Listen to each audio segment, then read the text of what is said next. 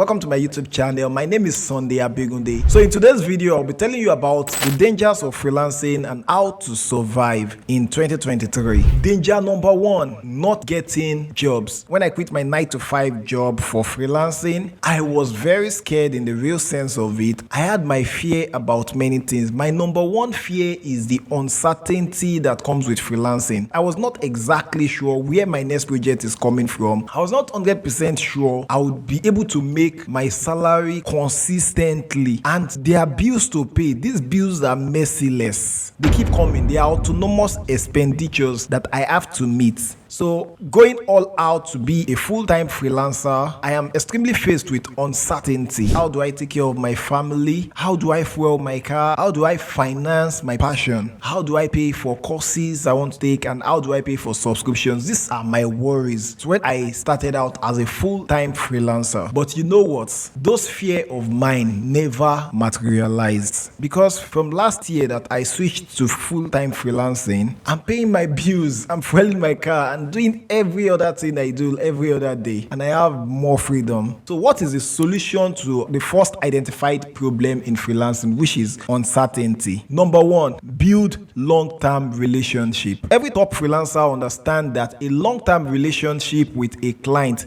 is paramount. If you are struggling to get your first clients, keep learning and improving your profile, samples and proposals, and you will eventually get that first client. But you don't need a million clients to earn steadily as a freelancer. You need just a few clients who would repeatedly give you work, and that is what you're trying to build. So my first ever client on Upwork paid me $100. I offered to do the next two projects for $75, and I am 100% sure of my excellent delivery. I persuaded that client from being a one-off client to becoming a retainer client. She referred me to another client, and amazingly, the other client has referred me to many other clients on LinkedIn that eventually worked with me on Upwork, and some are still working with me. So that chain of referral never stopped. Yes, I send out proposals for new clients, but if none of my new proposals even convert, which seldom ever happens, I can rely on the few clients I already have. So I understand that some of you are still struggling to get your first job, or you've not gotten so many clients like that, but then you need to have this locked in your mind, because the truth is that that first client is going to come if you don't stop improving your profile and showing up every day. Send at least 1, 2, 3 proposals daily consistently, except for your Connect. If you need to buy Connect, I think it's a good investment to buy Connect, but then I would advise that even the Connect that Upwork give you might be sufficient, but should be judiciously used.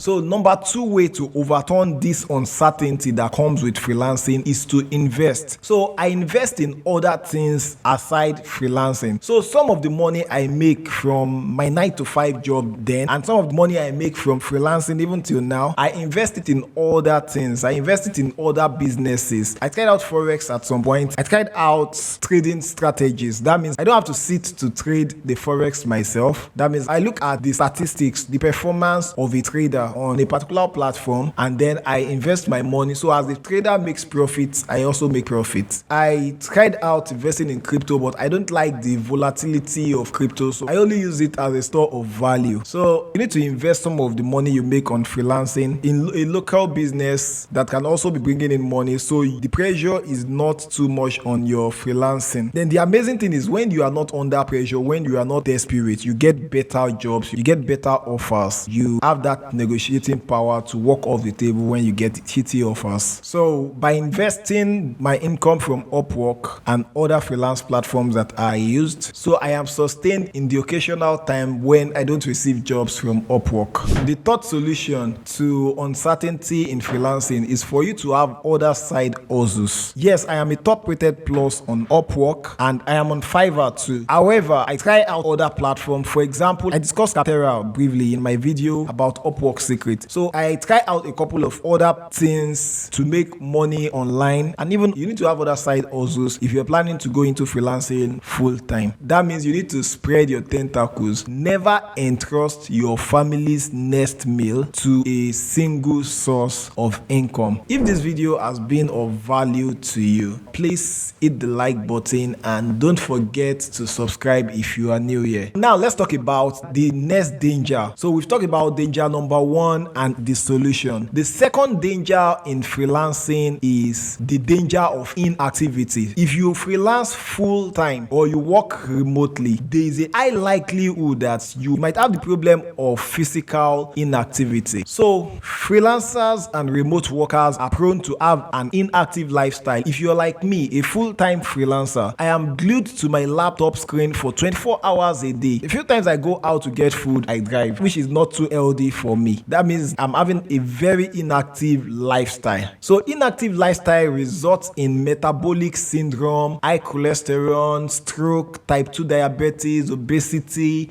high blood pressure, heart disease, increased feelings of depression, and the one that I personally dread the most. I dread this one than even the deadlier, pot belly. I don't want pot belly. I'm not saying pot belly is not good.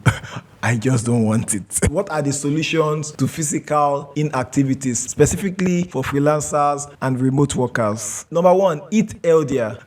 Remote workers and freelancers naturally snack a lot. Don't replace food with snack. Be intentional about taking organic foods. Number 2, ensure that you work out daily. You can download some home workout apps on your phone and follow them religiously. It would really help you. So you can get some cheap exercise equipment in the house. For example, I got a skipping rope in Naira. I think I got the skipping rope for 700 Naira. That's very small. You can get a tummy trimmer. It's always very cheap. The one you pull this way. You can get a dumbbell. I bought a pair of dumbbell and it was good value for my money. Another way I combat this problem of inactivity when I noticed it. Another way I started combating this problem of inactivity when I noticed it is I stopped driving short distance. So if the distance is just a street or 2 streets away, I leave my car key behind and I take a walk. Then I take intermittent break. Don't get my eyes glued to the laptop forever. I went to see an optician recently and she gave me some advice, and one of the major ones is that when I work on my laptop for about 20 minutes straight, I should try to look away from my laptop to an object that is far away for a while to keep my eyes healthy. I also got a photochromic glass to protect my eyes, and I think freelancers and remote workers should not wait. If you are not using glasses already, you don't wait until it is recommended for you. You can get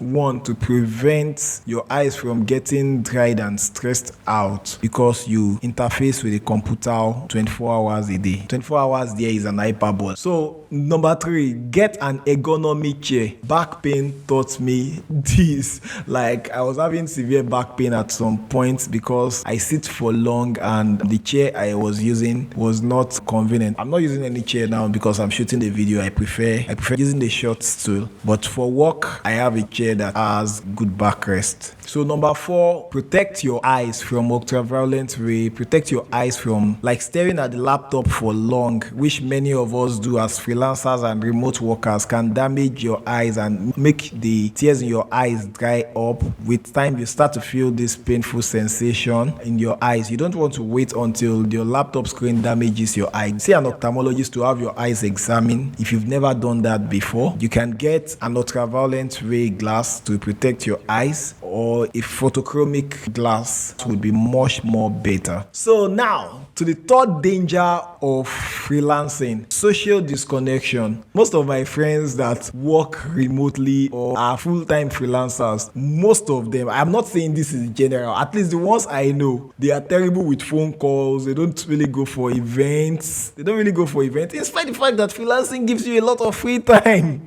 You can see you have a marriage to attend, and then we're always having projects to deliver and deadline to pursue. But then you need to be intentional about not letting letting your freelance career destroy your personal relationship with people. Don't let your freelance career destroy your connection with other people in the society. Don't stop going to your place of worship because of your freelancing project. You need to strike a balance. Freelancing is supposed to make you even freer. If you use the Nightwave strategy I discussed in the video titled The Smartest Upwork Trick for African Freelancers, which talk about the Nightwave strategy for freelancers. You're working at night when your neighbors are asleep, and then you are sleeping when your neighbors are awake. So that way you might lose connection with other people. You are likely to lose track of whether today is Monday or Saturday. You find yourself chasing multiple deadlines. If you are not deliberate, you will lose connections with family, you will lose connection with friends. So what are the solutions to the problem of physical dissociation or disconnection? One, please set a reminder to call family and friends. Freelancing gives you the freedom to allocate your time. So for example, I prefer to call people that are very dear to me on Sunday afternoons. Then number two, you can join associations, you can join professional bodies and be deliberate about being active in these associations and professional body. Take up volunteer roles that allows you to network with other people. Go out, be intentional about hanging out with friends. Be very intentional about it.